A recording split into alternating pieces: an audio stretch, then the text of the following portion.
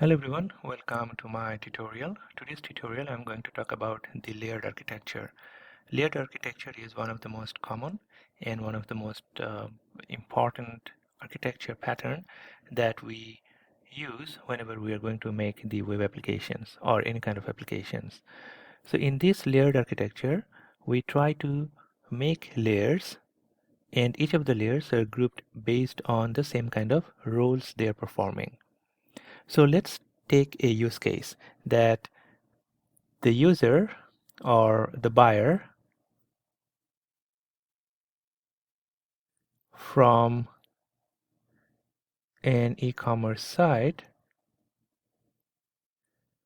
gets 10% discount if total buy or total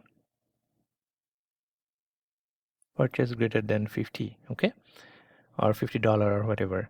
So the first thing that we're going to have is a UI, okay, and there will be of course some buttons, and when the user pressing checkout, then the next phase will come, and the next phase is going to be something that calculates the amount of discount. And then when the amount of discount is calculated, the next phase is going to be that save the transaction in a DB. Okay, so this is a very simplistic model that we are having, and we are having just 3 layers. So you can basically understand from here that this one is presenting the UI to the user. So this is kind of like presentation layer.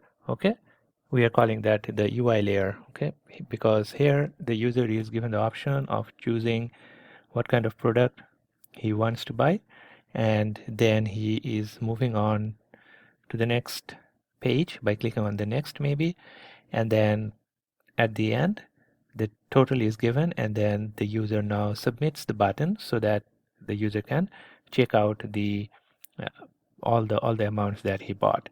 Now whenever the user is clicking on the UI button or the submit button, what happens is the next layer, which is going to be the business logic layer, or we can just simply call business layer. So in the business layer, the checkout will try to find out that what should be the discount. If the total purchase is more than 50, then apply 10% discount, and if it is less than 50, then don't apply any discount. There can be other kind of like validation thing, like if the user is buying something, whether that is in the inventory or not. If it is inventory, or the inventory is going to be, just the last one, then order a new inventory item within the system. So those are all part of the business layer. And then after that, immediately it moves on to the next layer, and where we are going to save that transaction in the DB. So this one is called the data layer. Okay, and in short, we can call this the N architecture, entire architecture. Now in this architecture, you can have as many layers as you want.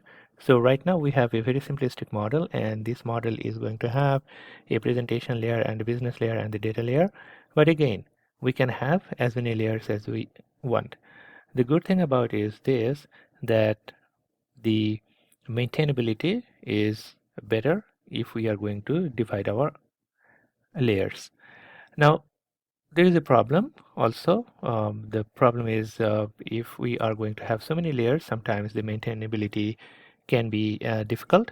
but it's up to the developer or the architecture or the architects that how many layers they would like to have. So let's now go to the slide and see some of the definitions.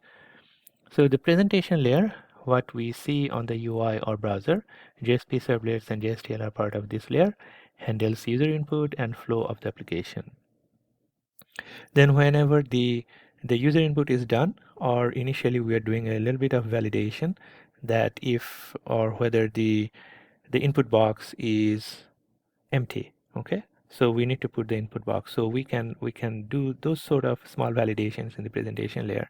And then it moves on to the business layer. And the business layer will do a lot of business um, implementations or business logic implementations. So we can see that implements business logic of the application. This maps to company's business process. And whenever there is done or that is done, the business layer, then we move on to the data layer and represents access to data and data presentation. Now the layer should be decoupled and one layer changes should not generally impact other layers, and layered architecture increases software maintainability and reusability. So that means if we are going to have the layers, and whenever we're saying that these should be in isolation, so the isolation means like the one layer should not be knowing about the other layer. Okay, so now let's see that we have a business layer and then we have a data layer. Now the business layer and data layer should be in isolation. That means whenever if we change the data layer, the business layer